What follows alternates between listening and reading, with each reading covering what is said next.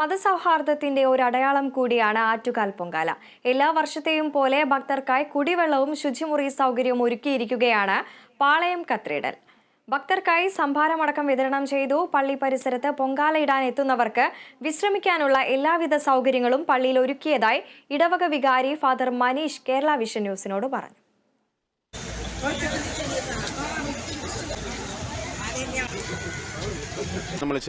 നമ്മൾ ഈ പൊങ്കാലയിൽ വരുന്ന സ്ത്രീകളുടെ ഭക്തജനങ്ങളുടെ അവരുടെ സൗകര്യാർത്ഥം നമ്മുടെ ആരാധനാക്രമത്തിൽ അതിൻ്റെ ഒരു സമയം നമ്മളൊന്നും പുനർക്രമീകരിച്ചു എന്നതാണ് അതിൽ ഏറ്റവും ആദ്യത്തെ കാര്യം. അതോടൊപ്പം തന്നെ അവർക്ക് ആവശ്യമുള്ള ജലം, അതുപോലെ തന്നെ കുടിക്കാനായിട്ട് നമ്മൾ സംഭാരം, അത് എന്തെല്ലാം ചെയ്യാൻ പറ്റുമോ അതെല്ലാം നമ്മൾ ചെയ്തിട്ടുണ്ട്. അതിന് പ്രത്യേകിച്ച് കണക്ക് അങ്ങനെയൊന്നും നമ്മൾ എടുത്തിട്ടില്ല.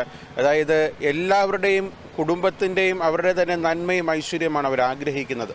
അതിനുവേണ്ടി പ്രാർത്ഥിക്കുവാൻ ആരെല്ലാം വരുന്നുവോ അവർക്ക് വേണ്ടി ദേവാലയത്തിൻ്റെ സൗകര്യങ്ങൾ മുഴുവനും, അത് അവർക്ക് ടോയ്ലറ്റ് സൗകര്യം മുതൽ എന്തെല്ലാം വേണമോ വിശ്രമിക്കാനുള്ള ഇടം വരെ നമ്മൾ ഒരുക്കി കൊടുത്തിട്ടുണ്ട്.